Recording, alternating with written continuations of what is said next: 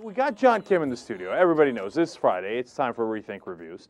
And I got to tell you, John, I'm really excited about this one because I think this one is very thought-provoking. I'm not playing around, okay, on this one. So what we want to do is, it's End of Poverty is the movie. Of course, as usual, we're going to do John's review first, and then we'll do some facts and figures. But I should note from the top the nice compliment my dad gave you. Yes. He thinks that you're the best movie reviewer in the country. No offense, Matt or Ben, okay?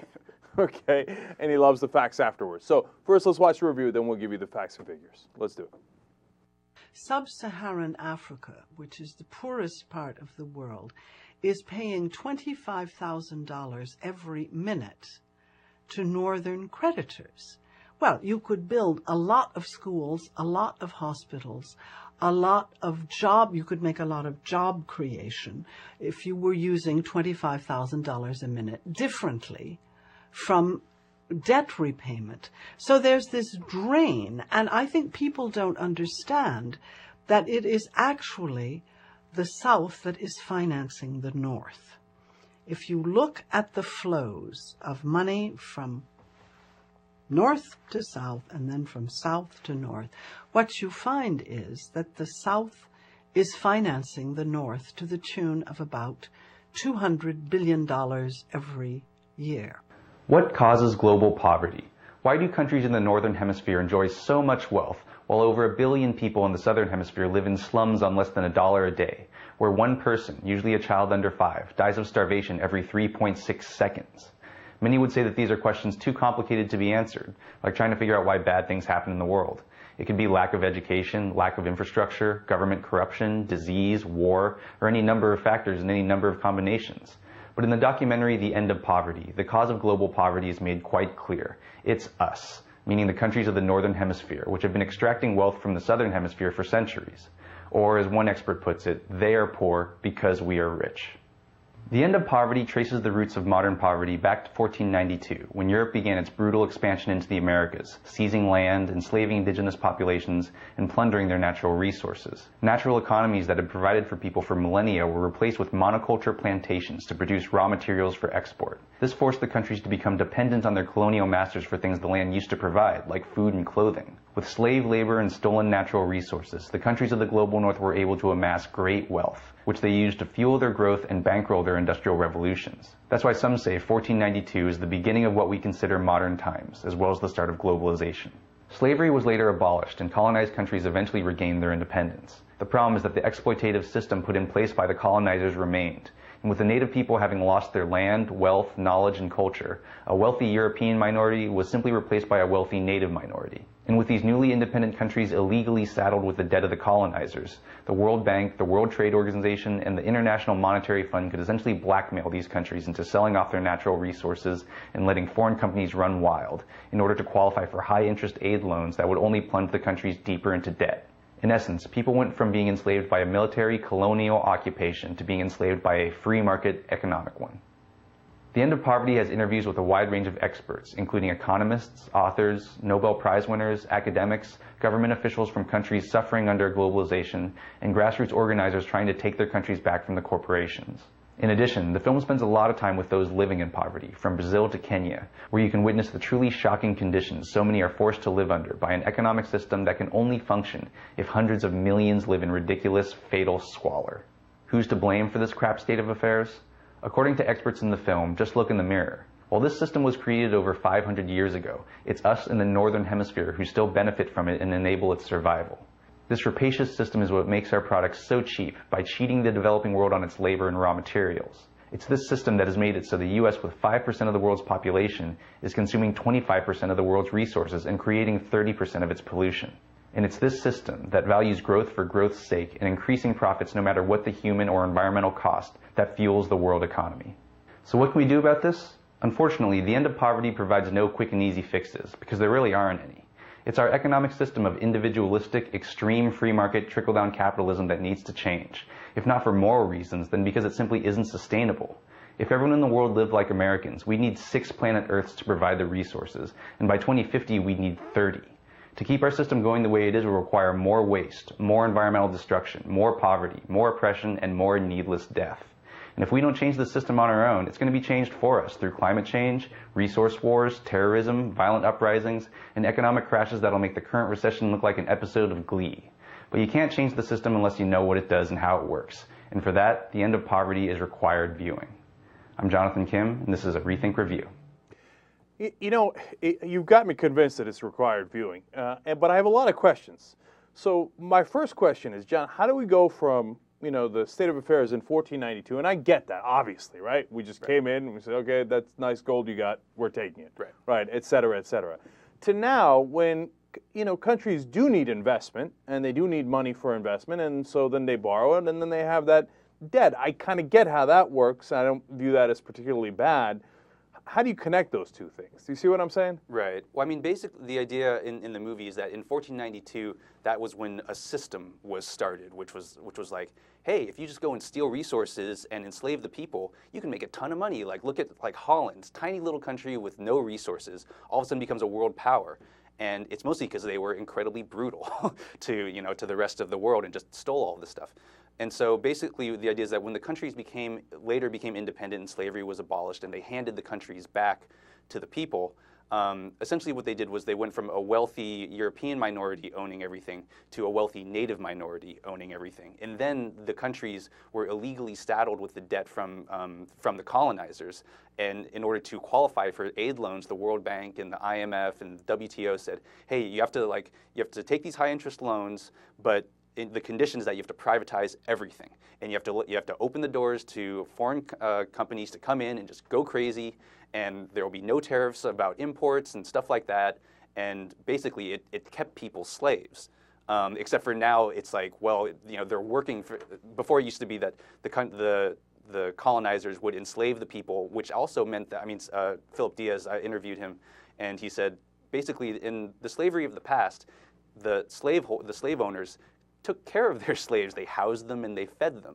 But now all you have to do is like drive to the outskirts of town, pick up some guys, and bring them, you know, and pay them just a tiny little amount, maybe just enough so they can eat that day, and for nothing else. And then you just drop them off, and you don't really care what happens to them anymore. Well, you know, that's interesting because on the one hand, I think, okay, I get that, and that's terrible. On the other hand, a few wealthy individuals have always owned most of the land. You know, before 1492, it was the kings. It was, you know, the tribal leaders, whoever it was. And you know, and it's the story of man as the masses gain more power, et cetera, right? But there is a twist to this, right? And that's the privatization of everything. And again, I think privatization, not so bad. It has a lot of positive consequences, but it also has some negative consequences. I think you have a very good case to be made in Bolivia, for example. Yeah, in Bolivia, there was a case in September 1998, basically to qualify for a loan from the International Monetary Fund, they had to privatize basically all their municipal sources.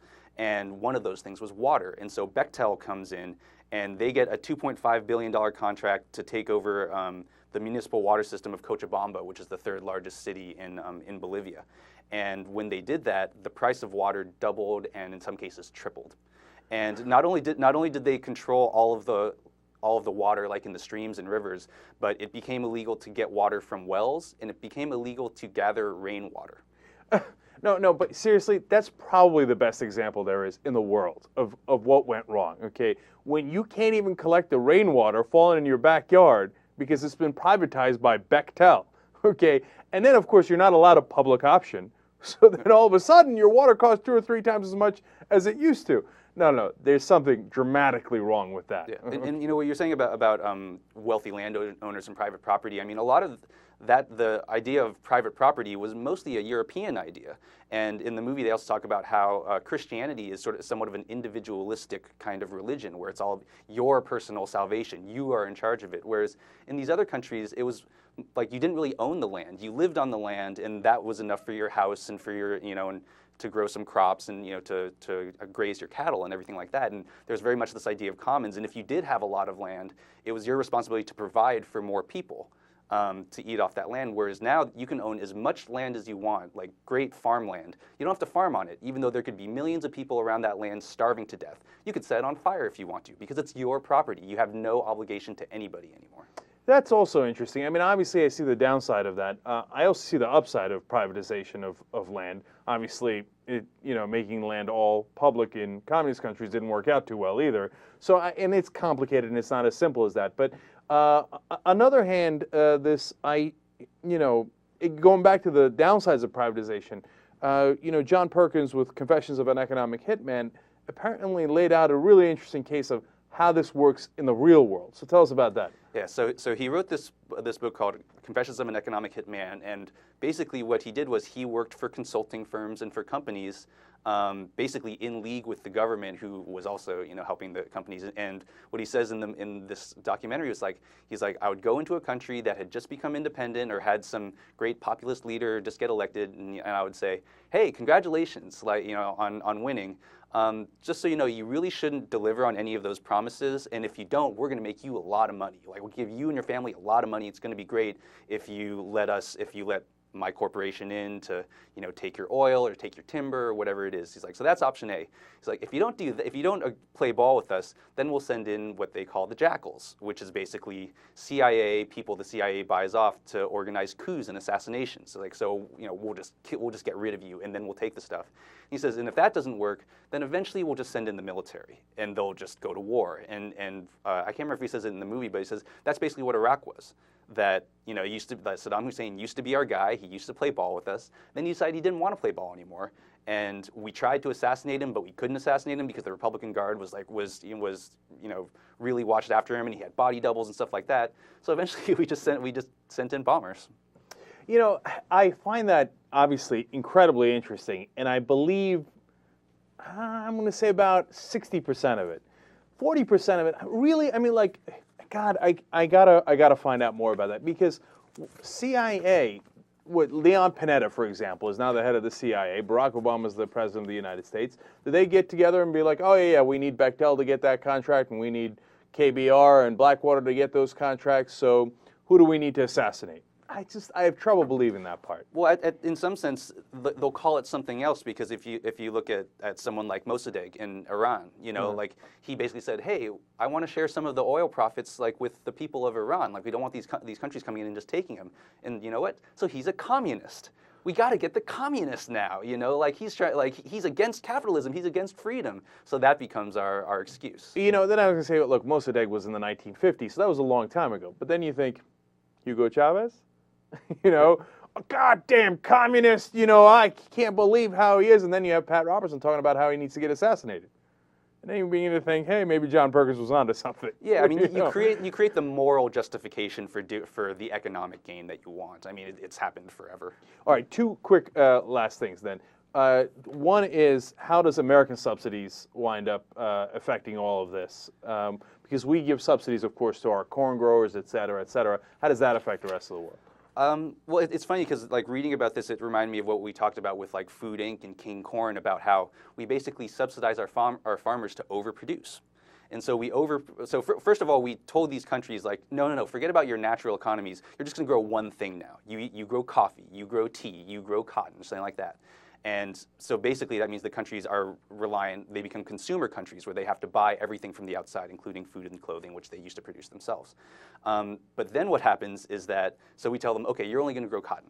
But then we subsidize our cotton farmers to grow as much cotton as possible, because we're going to guarantee how much they're going to get paid per pound of cotton, regardless of what the world market is. So we flood the market with all this cheap cotton. And so you live in Burkina Faso, and you have an acre, and actually, and you only grow cotton, and all of a sudden the price of cotton plummets. So what do you can't do anything. You can't overproduce because you only have, you're plowing your land with a cow, you don't have tractors and all this other stuff. And so then what do? You get pushed out of farming. You just can't do it anymore. And then, unfortunately, you're also not growing food or anything else. You just end up living in a slum. You go work in a sweatshop or something like that. And a lot of times the subsidy, what we give in aid to these countries, the example I found was the country of Mali. They received $37.7 million in U.S. aid in 2001, but they lost $43 million due in large part to U.S. subsidies. And that was a report by Oxfam. And most of the subsidies in the U.S., they go to 25,000 cotton farmers, whereas something like 96% of the world's farmers don't live in the U.S. and like they live in the developing world. Yeah, you had another great number about Bolivia. I know we went past that already, but between comparison between Bechtel and Bolivia, how much does Bechtel make? How much does Bolivia make? Right. Well, after Bechtel got thrown out of Bolivia, they sued the Bolivian government for $50 million for damages and loss of profit. And so they sued them for $50 million. In the year I'm going to stop you right there. But get a load of this, right? They're like, look, we used to charge you 3 times as much as it costs for your water. Now you threw us out, and you just get to keep your own water. Well, obviously you owe us. Right. You owe us $50 million for the water we were stealing to give back to you at much higher prices. I mean, it really got nerve, man. They really do. Yeah. And that's part of the reason that they don't like Morales in Bolivia. And then all of a sudden, guess what? He's a communist. Right? Yet somehow Sarah Palin isn't a communist, even though Alaska, shares its oil revenues. That if you live in Alaska, it says, hey, we all own this oil, so you get a check every year for that. And that's okay. That sounds pretty communist to me. But all right, so the numbers on that? Oh yeah, Bechtel was suing Bolivia for $50 million. In 2000, Bechtel made over $14 billion. Bolivia's national budget is $2.7 billion. Now that's not their GDP, but it is their national budget. So I mean, you get a sense of why Bolivia gets pushed around. Bechtel is so much larger than the country. Okay, so then they have this disproportionate power. Finally, let's go to the case of Kenya, where then they actually get laws passed on their behalf, et cetera. What happened there? In the movie, the agricultural minister of Kenya is interviewed, and he says something that's really fascinating. Like, the 3 main crops grown in Kenya are flowers, coffee, and tea, none of which you can eat, even though there's tens of starving people in Kenya. But there's a law that says that in Kenya, they can neither roast their own coffee nor dry their own tea.